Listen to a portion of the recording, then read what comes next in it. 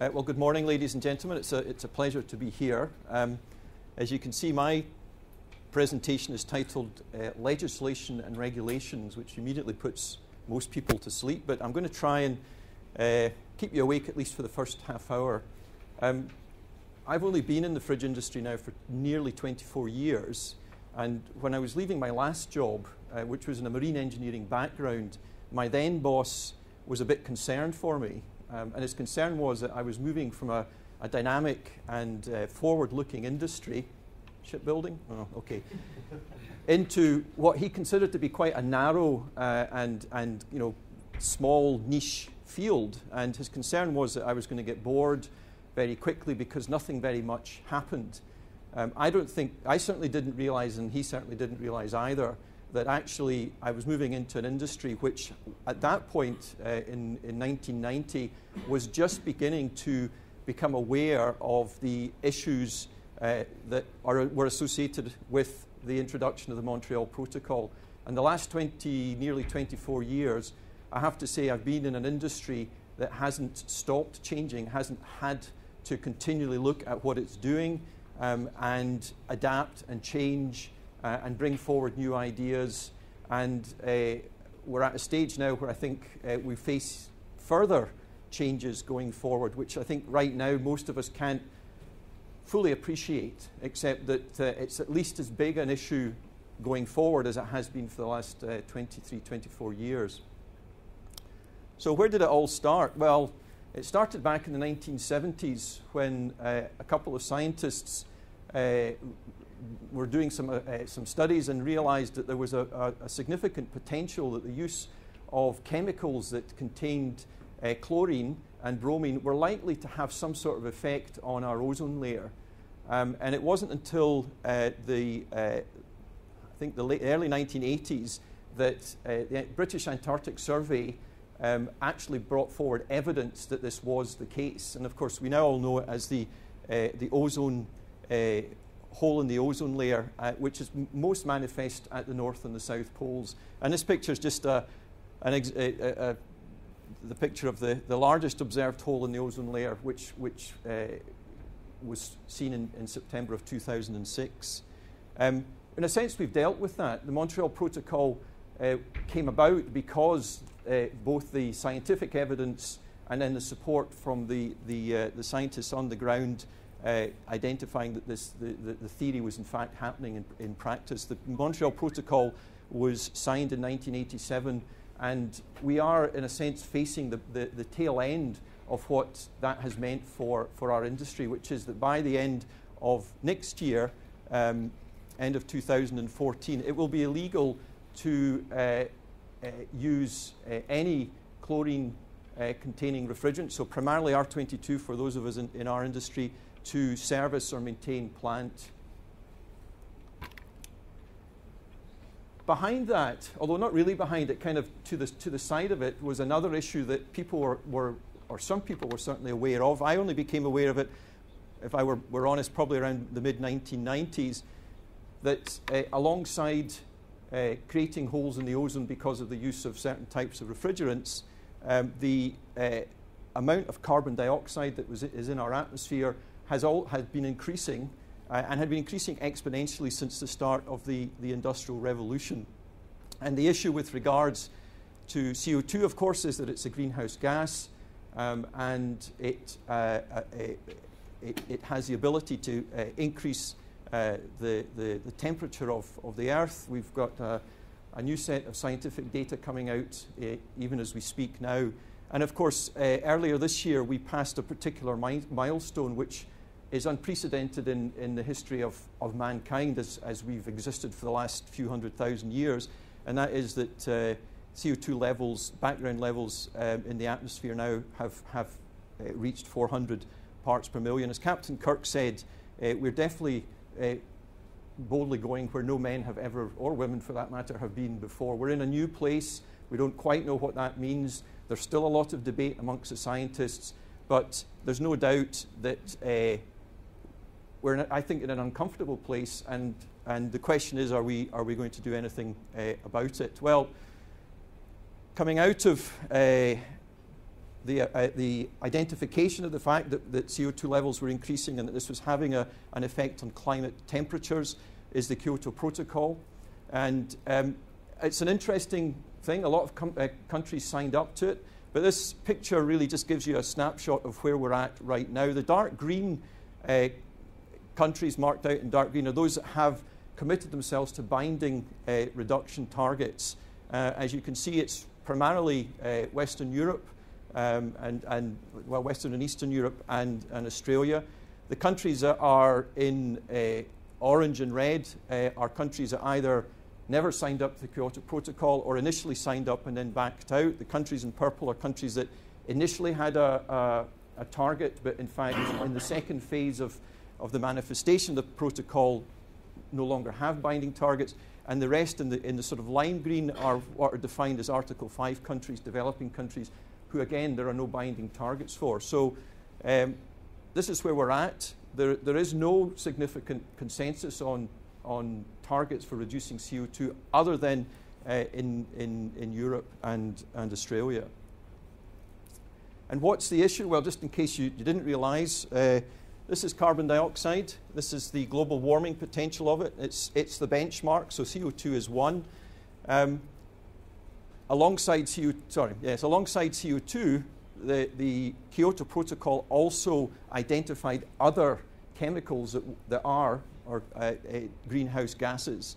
And the HFC refrigerants that were developed in response to the phase-out of the chlorine-containing refrigerants that affected the ozone, their challenge is that, yes, they have no ozone-depleting potential, but their major issue is that they have a very high direct global warming potential. And this series of pictures is representative of that. So CO2 is 1. 404A and 507, which are probably the most widely used within the refrigeration industry as a replacement for the likes of R22, has a GWP of 3,800, and even the better ones in GWP terms are still much, much higher than CO2. So these are identified as an issue, and of course they also have been part of the debate that's been going on with regards to the reduction of greenhouse gases. And what's the issue? What's the issue about continuing to use HFCs? Well, the issue is that in the same way as that CO2 emissions and levels have been growing exponentially over the last 200 years, since the advent of the HFC refrigerants back about 1990, we've seen the same exponential growth in use, and worse than that, leakage into the atmosphere. And because they're such aggressive global warming gases, there's a huge concern about their ongoing use as well. However, it's not all bad news. Certainly there's no apparent clear direction with regards to CO2 emissions, but it's interesting to see that as of June of this year, both the USA and China have agreed to work together with other countries to effectively use the framework that has worked very successfully for the phase down and phase out of CFCs and HCFCs to do the same with regards to consumption and production of HFCs. So there seems to be a much clearer insight into something needing to be done with regards to the usage of HFCs. So that brings me to my almost favourite topic, which is legislation. And I'll spend the next few minutes just talking you through some of the key legislation that affects all of us who are involved in using refrigeration and these chemicals. So where did we start? Well, let's go back to the Montreal Protocol. As I say, it was introduced in 1987, and in response to it, the European Union brought out regulations to manage and then to phase down and phase out the use of these refrigerants. If you remember, CFCs were the initial target because they were the most aggressive in terms of their ozone depleting potential. I mean, they're all history, R11, R12, R502. I was just coming into the industry at the time that they were well on their way out. But in response to the EU legislation, which was initially, the most recent legislation was number 2037-2000 and 1005-2009 on substances that deplete the ozone layer. The UK introduced its legislation in support of that, which is the Environmental Protection Controls and Ozone Depleting Substance Regulations 2011 and Ozone Depleting Substances Qualifications Regulations 2009. These are the regulations that are affecting us today in terms both of how we manage the use of these refrigerants as they're continuing to be used, but also in terms of their final phase out at the end of next year. Just to make a point, because I was discussing it with someone just before the start of this presentation, it's not illegal to continue to use R22 in your refrigeration system after the end of next year. You just can't service it, top it up with R22. And there are a number of strategies, we'll call it that companies are adopting to manage the reality, which is that a lot of companies are going to continue to be using R22 after the end of next year. But they're working on strategies to allow them to do that legally. Star Refrigeration will not come after the end of next year and charge more R22 into systems, because that will be illegal. But there are ways of managing it, or different strategies for managing that. So we had the Montreal Protocol. It dealt with the ozone depletion. And then 1997, we had the Kyoto Protocol. And the UK signed up to it and made commitments to meeting an emissions target for CO2 or CO2 equivalents. And it's the primary legislation that affects that within the UK is our Climate Change Act 2008. And just in case you had forgotten, very hard to forget because it's in the news a lot, but the primary aim of the legislation is for the UK to have reduced its greenhouse gas emissions by 80% from a 1990 base level by 2050. That's the target that the Climate Change Act is heading us towards. And of course, a lot of that is to do with energy efficiency and how you manage your plant in those terms, but I'm not really here to talk about that today. But a lot of it has to do with the issue of refrigerant usage as well. But that's the primary aim. We're looking for a reduction in greenhouse gas emissions of 80% by 2050. And what are the key activities of the Act? Well, they're setting our policy and our strategy. Everything you hear in the news about, is it dash for gas? Are we going for, carbon sequestration? All this sort of stuff is around the strategies and policies that are being set through the Act. It's about reducing the demand for energy and helping people and businesses to use energy more efficiently. So the strategies got lots and lots of strands. Some of it affects us at a kind of personal, domestic level. Others affect us in terms of what companies are doing in, say, in the retail market, and others affect us, those of us that are in industry or making decisions on specifications and so on and so forth, as to how best to put in that next piece of kit that we're looking for. It's also about developing opportunities for investing in low-carbon technologies. It's publicly reporting carbon emissions from businesses and the public sector. Again, I suspect many of you here are involved in that as a day-to-day part of your business. And finally, taking international action, trying to affect what's happening not just within our own country. Because at the end of the day, even if Britain went completely green or the whole of Europe went completely green next year, there's still an awful lot of greenhouse gas emissions happening elsewhere. Within the initiatives, the ones that probably most people here are most aware of are these three: the EU emissions trading system, the climate change agreements, which incorporate your carbon, the CCL carbon. Someone remind me what CCL. Thank you very much. The climate change levy, and that's been running now for 10, 12, 13, 14 years. And finally, the Carbon Reduction Commitment CRC Energy Efficiency Scheme, which I suspect is something that David's going to be talking a little bit more about. So legislation has been driving a huge amount of change. We can't get away from it. You may not realize that it's legislation that's driving some of the stuff that's happening within your business, but that's the reality it actually does. And a lot of that is about energy efficiency. It's about reducing CO2 directly into the atmosphere. For the refrigeration industry, we also have another strand associated with the Kyoto Protocol. As I said, the HFC refrigerants and other chemicals that have high direct global warming potential are within the basket of chemicals that the Kyoto Protocol kind of captured and said these we're going to have to deal with. And with regards to HFCs, which were the refrigerants that replaced, they have zero ODP but high GWP, there are regulations in place, and again, I suspect most of you are aware of them. They're called the F-gas regulations, and they have had quite a considerable impact on the industry over the last 6 or 7 years. And again, they're there, the F-gas regulations are there because of an EU regulation on certain fluorinated greenhouse gases, and the UK's legislation to support or to back that up, which is our own fluorinated greenhouse gas regulations 2009. And again, you may know this, but very quickly, this is what it's about. The F-gas regs are there to prevent leakage and repair any, or the requirements of the regulations are that you prevent leakage and you repair any leakage as soon as possible. Now, it's interesting. I always thought that that meant that as soon as you found the leak, you had to fix it. But I've been working with one client who can't shut down his plant except for once a year. And so he goes looking for his leaks and identifies them. But his position is he can't repair them for, well, depending on when he finds the leak, anything up to 9 or 10 months. So it's interesting, the interpretation of what that means. Other requirements are that you arrange proper refrigerant recovery by certified personnel, so we don't let any Tom, Dick and Harry go and deal with these things now, at least we're not meant to.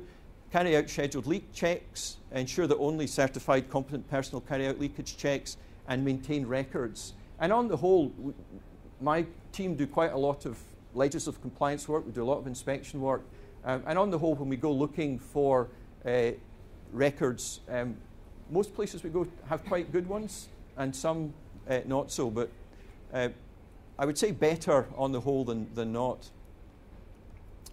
So, unfortunately, those particular regulations were up for review. It was always the case that they were going to be reviewed around 2011, and an initial position paper was presented from the EU at the end of 2011. But more importantly, and that position paper said, good news guys, the F-gas regulations are having an effect. The view from the studies that were being done were that the emission rates were stabilizing, but unfortunately the position paper went on to say, whilst they're stabilizing, that isn't really what we're about. We're not about trying to stabilize emission rates. We actually want to drive emission rates down. And consequently, we're now going to look at a range of options as to how we go forward to achieve that. And the outcome of that paper in 2011 was an update that came out on the 7th of November 2012, so just a few months ago. Well, sorry, about 10 months ago. And this announcement has had a really, really profound impact on our industry. I mean, the impact was a lot of headless chickens initially. The impact was, well, what do we do now?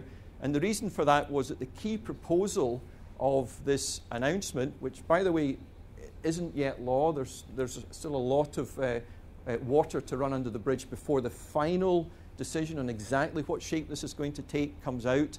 But as it stands at the moment, the key proposal is that there will be a phase-down measure that from 2015, so that's not all that far away now, there will be a limit on the total amount of HFCs that can be sold in the EU, and reduces this step to 1/5 of today's sales by 2030.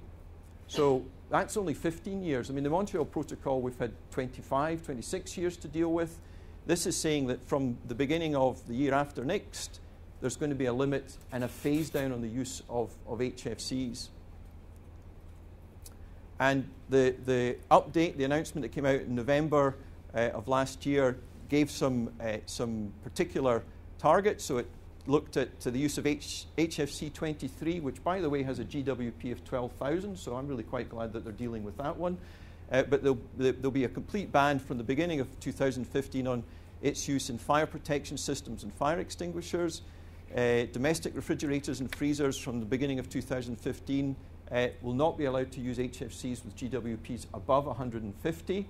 So that kind of limits them. I'll show you a picture in a minute of how limiting that could be, and so on. So it's defined some particular recommendations. But most strikingly, I think, for industrial and commercial users of refrigeration, it also added that the recharging of existing refrigeration equipment, so that's existing, you've got it running. By the way, Star put in a nice 404A plant for you 2.5 years ago. You know, great result, guys. Except that existing equipment with a charge size of over 5 tons of CO2 equivalent, so just hold that thought in your mind, that sounds quite good, 5 tons of CO2 equivalent, with HFC of very high GWP, and at the moment the figures, anything above 2,500, will not be permitted from 2020.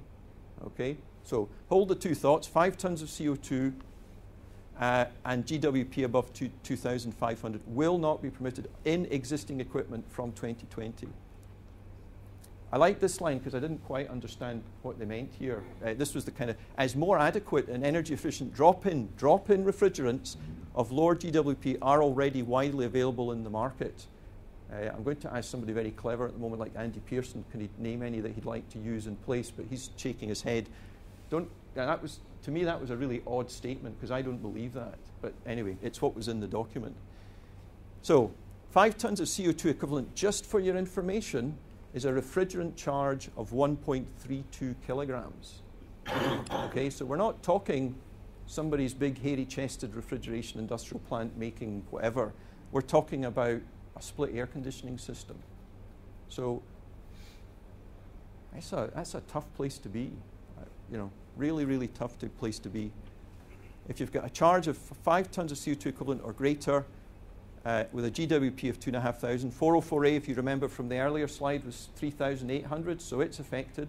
Well, let's put something else. No, we can't use. So just let me talk through what that means for refrigerant status. Thank you very much to Bitzer. John, you're here. Thank you very much for the use of this slide. I commandeered it off your refrigerant report. So this is a list of alternative refrigerants. This is alternatives really to CFCs and HCFCs. But we have transitional service refrigerants. So these are refrigerants that have typically some R22 in them. I meant to find out what that meant, but I didn't get around to it. I suspect it's blends with R22 in them. And then you have what were defined as medium and long term. So the HFCs, which were developed really as the long-term alternatives to the chlorinated refrigerants. And then because the industry, certainly for 10 years, has been aware that the environmental lobby have not been happy about the use of high GWP refrigerants, the industry's been off looking at, well, can we make low GWP stuff? And they've come up with some interesting blends, HFOs, 1234YF, 1234ZE, and one that's got some HFCN, 1234YF. I'm not a chemist, but there's guys out there cooking this stuff up in their labs. And then you have what's kind of generically or euphemistically described as natural refrigerants at the far end, halogen-free. So what's the status as of, kind of as of today in terms of what we've heard and what we're aware of in general terms? Well, these guys are dead. Okay, they're gone. You're not going to be allowed to use R22 after the end of next year. So forget about them. In terms of what the latest information coming out is telling us, anything over 2,500 GWP, you're going to have problems with after 2020. So you're going to want to start putting systems in with that sort of GWP now? I suspect not, although it depends on a lot of things. But all these guys here have GWPs above 2,500, so let's just say that they're out. You might want to use R32 or 152A, but they're flammable, okay?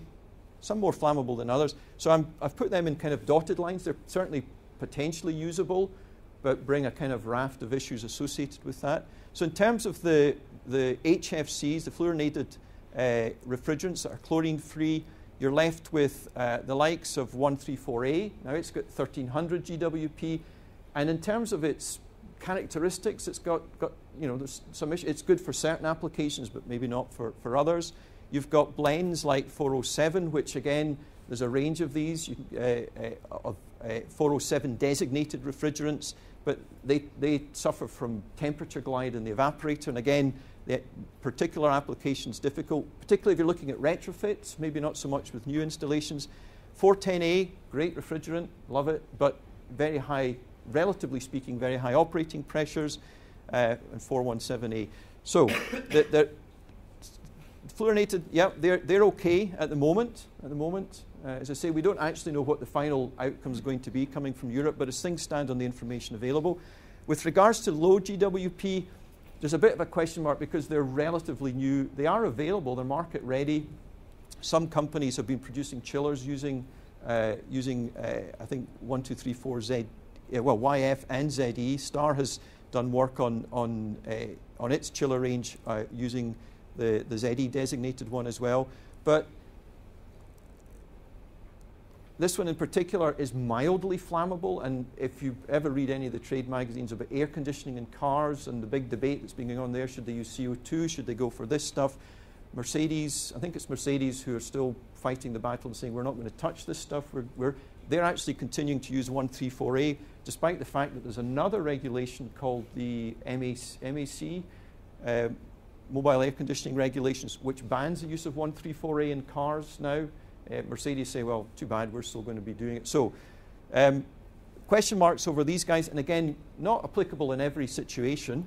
So that then leaves us with the natural refrigerants. That's great, there seems to be a reasonable number there, but actually all these guys are flammable. So, I don't know what picture that's painting in your head, but when I kind of did this, I realized that it's a picture to me of potential restriction or reduction in options. And that's what we face. As I say, there's uncertainty because we don't know, as of today, what the European Union is going to say with regards to the use of these HFCs, except to say, I don't think they're going to go away from the fact that 2,500 will be a target. If anything, they might tighten that up and bring it even lower. There's some advocates that are saying, look, let's just get down the road and ban them completely. Just get rid of them all now, and that'll be done and dusted. So if you were a betting man or woman, I'm sure that one of the betting shops would take some money off you to make a prediction on which way to go. I don't know, and I don't think any of my colleagues in the room would pretend to know exactly what the final outcome will be. So I just want to, how am I doing for time? Okay. Just want to run through a little bit about natural refrigerants. We all want the perfect refrigerant, and this is the criteria that I think all reasonable people would say this is what we're looking for. Chemically stable and inert, yep, we don't want it to fall to bits inside our systems.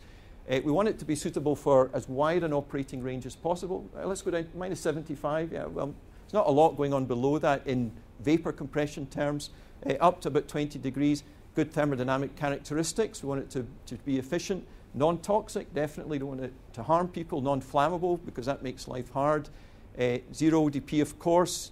Low or zero GWP. We want it to be inexpensive, cheap, please, thank you. And we want it to be available. So I want to just look at ammonia and CO2 because these are the natural refrigerants that have seen a renaissance in use over the last 10 or 15 years. So what's good about ammonia? Well, it's chemically stable and inert. It has a wide operating range. It's got excellent thermodynamic properties. It is zero ODP, zero GWP, which is why it has become such an attractive working fluid to put into systems. It's low cost compared to the HFCs, both for the refrigerants and the oils, roughly £1 a kilo or 150. It's available, and it's got a good safety record. I just want to emphasize that there are issues, and we as a business continue to try and, in terms of our engineering and in terms of our support of clients, work very hard to try and make sure that that remains the case. But it has got a very good safety record. The downsides, those of you who have looked at it are probably aware, it's toxic. It will kill you in above 5,000 ppm. But the good news is that it's there at about 5 ppm. So actually, in terms of some of the health and safety issues associated with working fluids, with refrigerants, it's self-alarming, and that's something that none of the others are. So is it bad? Is it? Yeah, well, it's self-alarming, so you wouldn't hang around if you smelt it. It is flammable at certain concentrations in air, but it's not flammable in the way hydrocarbons are flammable. And in technical terms, there's some issues. So if you wanted to drop it into an existing system, it's not compatible with copper or copper alloys. There are some limitations. They really affect single-stage operation for recip compressors. Screws pretty much have dealt with them. There are oil management issues. And every time you hear something bad has happened, so 12 people were killed in China just a few weeks ago through a major ammonia leak. You know, that's bad, and that gives the use of it a poor public perception. In terms of how you deal with it, well, legislation, the regulations, the standards, the guidelines are there to do that. They're not overwhelming, and I think that's, if there's one message I want to get across, is we shouldn't look at legislation and regulations and guidelines as a burden. We should look at them as a means, a framework within which we are allowed to operate. So under toxicity, you deal with that through the management of health and safety at work regulations and the COSH regulations. In terms of flammability, the dangerous substances and explosive atmosphere regulations give you the framework within which you can manage and deal with these particular issues. And the point I wanted to make as well was, you think, well, there's 3 sets of regulations I need to deal with. This is a nightmare. But in terms of, say, toxicity and flammability with regards to ammonia, actually the general requirements are the same for all of them. So you need to assess the risk to health and safety. You need to prevent it if you can. I mean, get rid of ammonia if you can. Well, maybe not. Or control its use. Put in control measures, and the safety standards give you very clear guidance in some areas, not necessarily in others, but put in the control measures. You need to inform and train your staff. Too many sites in the past have effectively said, well, that's the ammonia plant over there, we're not going to tell anyone about it. And the problem then arises when you have an accident or emergency, because you have to deal with that, you have to plan to deal with that. There's some places where it's not gone very well, or as well as it could have, because people didn't know what to do. So you need to inform and train, and you then need to put in place a response plan to deal with that. But in many ways, all these issues, say for toxicity and flammability of ammonia, can be dealt with within one document. Within the same hazard assessment, you can manage those issues. Carbon dioxide, it's seen a real renaissance in the last 10 years. It's been really interesting being involved in an industry that's brought back this particular chemical. And what's good about it? Well, it's chemically stable and inert. I mean, it almost fits the perfect refrigerant criteria. It's got a wide operating range, down from as low as -55 or thereabouts, and we've been running systems up at +20 using CO2. It's non-toxic, it's non-flammable. It has, and this is a positive, it has positive pressures across its complete operating range, and I'll talk about that in a second. It's very efficient at low temperatures. I mean, it's very efficient across the range, and it's very cheap compared even to ammonia. It's 10, 15, 20 pence a kilo, as opposed to, say, what, 5, 10, 15 pounds a kilo for some of the synthetics. And the positive attributes do provide some potential benefits, and we've seen this in a number of projects that we've been involved with. It can significantly improve enhanced performance. We put a plate freezer plant in about 10 years ago for a company in Doncaster, and the guy supplying the plate freezer says you're going to need 16 of these for what you're wanting to do, 1,000 tons a week of processed meat. And when we ran the plant, we discovered that we could actually do the full 1,000 tons with 10 plate freezers, 10 or 11 plate freezers. We'd effectively, not quite, but almost doubled the performance using CO2. Smaller components, the characteristics of the gas mean the compressor sweat volume requirements are less. Heat exchangers can be smaller. Pipework sizes can be smaller. In one example, a retrofit project for a large coffee manufacturer down in the south of England, it was really the fact we were able to bring the pipe sizes down that we were able to do the retrofit project, because we were able to put the pipework through places that if we'd had to use ammonia or well, we were replacing R22 or another refrigerant, we'd have needed much bigger pipes, and that would have been a tough call on that particular project. It has the potential, because of some of these benefits of lower cost installation. Now, I think most people who've put CO2 plants in would disagree with me on that, but I believe it has that potential, and it definitely has the potential for lower cost operation, and there are no recovery or safe disposal problems. I mean, if you need to manage by blowing off some CO2, go ahead and blow off some CO2. It's not an issue. Don't blow off ammonia, because that's an issue, and certainly don't blow off HFCs, because that's illegal. So it has challenges. So it's got relatively high operating pressures. So if this is just characteristic, CO2 at -45 is 7.3 bar gauge. Equivalent ammonia is just subatmospheric at that condition, and 404A is just about atmospheric. And by the time you're up at 0 degrees, you're up at 33, 34 bar compared to the others. The challenge there was that when we first started looking at CO2, that if the industry did not have components that we could easily use. I mentioned Bitzer. The first compressor we ran with, or probably the second compressor we ran with CO2 was a little Bitzer compressor, which they sold us, but they wouldn't give us a warranty for, which I was always a bit disappointed about, but there we are. But the problem was operating pressures. The industry has responded over the last 10 years, and you can get standard components now. So costs are coming down. The issue of high operating pressures, I think, are not really an issue anymore, except in people's heads. So actually, that's some good news. Low critical temperature, yeah, bit of an issue because it restrains the operating range as a standard vapor compression system. So CO2 is 31, ammonia is 133, 404A is 73. It limits where you can go, but where we've used CO2, it's been used in cascade systems. And the industry now, I did have another pretty graph showing transcritical operation, which is taking the operation of the CO2, the discharge, up above the critical point. And that's been widely applied now in smaller systems. Supermarkets across the UK and across Europe are using transcritical CO2 very widely. Hundreds of systems operating with that. So is it a problem? It's a challenge, but the industry again has responded. Oh, and by the way, it does affect the breathing reflex at around 2%. It doesn't asphyxiate at that, but it actually, your breathing reflex just stops. But actually, I mean, yes, it's an issue, and you need to deal with that within your hazard assessments, but it's no different. People don't realize it's actually, in general terms, no different from the issues you have with HFCs and HCFCs, but people don't see that as a big issue. But again, it's management within regulations and doing the hazard assessments. So kind of to finish, the perfect refrigerant, that's what we all want, but it doesn't exist, okay?